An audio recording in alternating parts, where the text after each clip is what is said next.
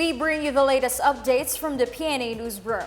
The Philippine Coast Guard says it is not keen on using military-grade lasers for their vessels despite a laser incident with the Chinese Coast Guard in Ayungin Shoal. PCG spokesperson Commodore J. Tariela said while their procedure in responding to encounters with the use of force needs to be revised, they have no plans to equip their vessels with laser technology. The Philippines earlier protested the Chinese vessels' use of military-grade lasers. The PCG also noted the continued presence of Chinese vessels in the West Philippine Sea. As of Wednesday, around 30 Chinese vessels are still moored in the country's exclusive economic zone. Tariela said they are intensifying their patrols by deploying one offshore patrol vessel and over 100 multi-role response vessels in the area.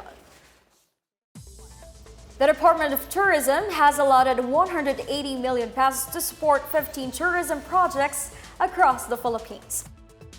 The project called Tourism Champions Challenge is a nationwide campaign to incentivize tourism development around the country. Tourism Secretary Cristina Frasco unveiled the initiative during the League of Municipalities of the Philippines General Assembly at the Manila Hotel on Wednesday. The DOT will select 3 projects each from Luzon, Visayas, and Mindanao that are in line with the 7-point tourism agenda of the Marcos administration. The selected local government units will receive funding and support in formulating, developing, and managing their chosen tourism projects. Frasco said the fund will be sourced from the Tourism Infrastructure and Enterprise Zone Authority. The DOT will receive proposals starting March until May 2023. The Department of Migrant Workers seeks to improve labor relations between the Philippines and Manitoba, Canada.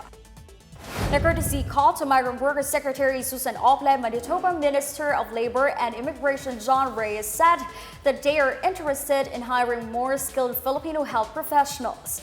Reyes said the Canadian government is working on a program to financially support Filipino nurses who want to work in Manitoba. Said program would include provisions for free airfare, lodging, and training, among others. The two officials also discussed the possibility of creating a scholarship fund for Filipino nursing students interested in working in Canada. Meanwhile, Ople thanked Canadian government for its hospitality and unwavering commitment to protecting the rights and well-being of Filipino migrant workers. The Philippine Embassy in Canada said that there are over 900,000 Filipinos working and living in Canada as of April 2018. The Philippines also remains the biggest source of immigrants to Canada, followed by India, China, and Iran.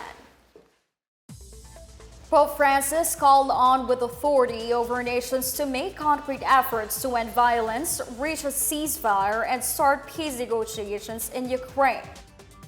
The Pope raised the issue during his public address in the Vatican on Ash Wednesday. He said that all injuries, refugees, isolated individuals, destruction, and economic, social damage speak for themselves. He also pointed out that anything built on rubble can never be considered a true victory.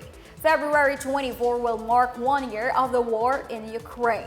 Meanwhile, the German Institute of Economics estimates that the war in Ukraine cost the world economy more than $1.6 trillion last year. It also forecasted global output losses of $1 trillion or more this year. The institute's model is calculated using the gross domestic product. That's the latest and the biggest stories from the Pna Newsroom. For more news content, visit our webpage or head on to the Philippine News Agency's Facebook and Twitter accounts. We're all shown on the social media pages of the Presidential Communications Office and Radyo Pilipinas RP1. Stay tuned for more news updates. I'm Stephanie Sevillano. We tell stories that inspire change.